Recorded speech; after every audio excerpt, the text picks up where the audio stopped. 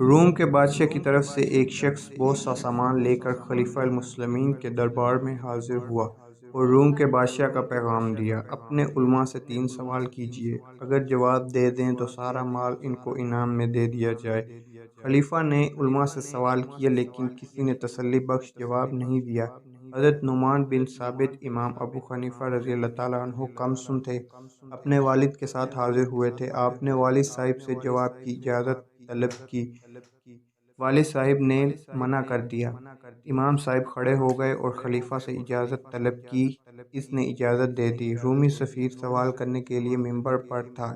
امام صاحب نے کہا، آپ سائل ہیں؟ اس نے کہا ہاں۔ اس پر امام صاحب نے فرمایا، تو پھر آپ کی جگہ زمین ہے اور میری جگہ منبر ہے۔ وہ اتر آیا۔ امام ابو حنیفہ منبر پر چڑھے اور فرمایا، سوال کرو۔ اس نے کہا، اللہ سے پہلے کیا چیز تھی؟ امام صاحب نے فرمایا، عدد جانتے ہو؟ اس نے کہا ہاں۔ امام صاحب نے فرمایا، 1 سے پہلے کیا ہے؟ تو میں نے جواب دیا، 1 اول ہے، اس سے پہلے کچھ نہیں۔ امام صاحب نے فرمایا، واحد مجازی لفظ سے پہلے کچھ نہیں تو پھر واحد حقیقی سے قبل کیسے کوئی ہو سکتا ہے؟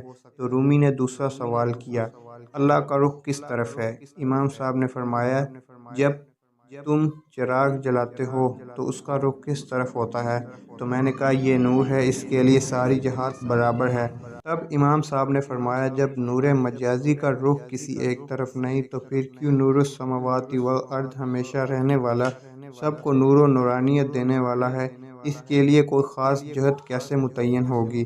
تو میں نے تیسرا سوال کیا کہ اللہ اس وقت کیا کر رہا ہے؟ امام ابو حنیفہ رحمۃ اللہ علیہ نے فرمایا، جب منبر پر تم جیسا اللہ کے لیے مماثل ثابت کرنے والا ہو تو اس کو اتار کر جو مجھ جیسے محدث ہو اس کو منبر کے اوپر بٹھاتا ہے، ہر دن اس کی ایک نرالی شان ہوتی ہے۔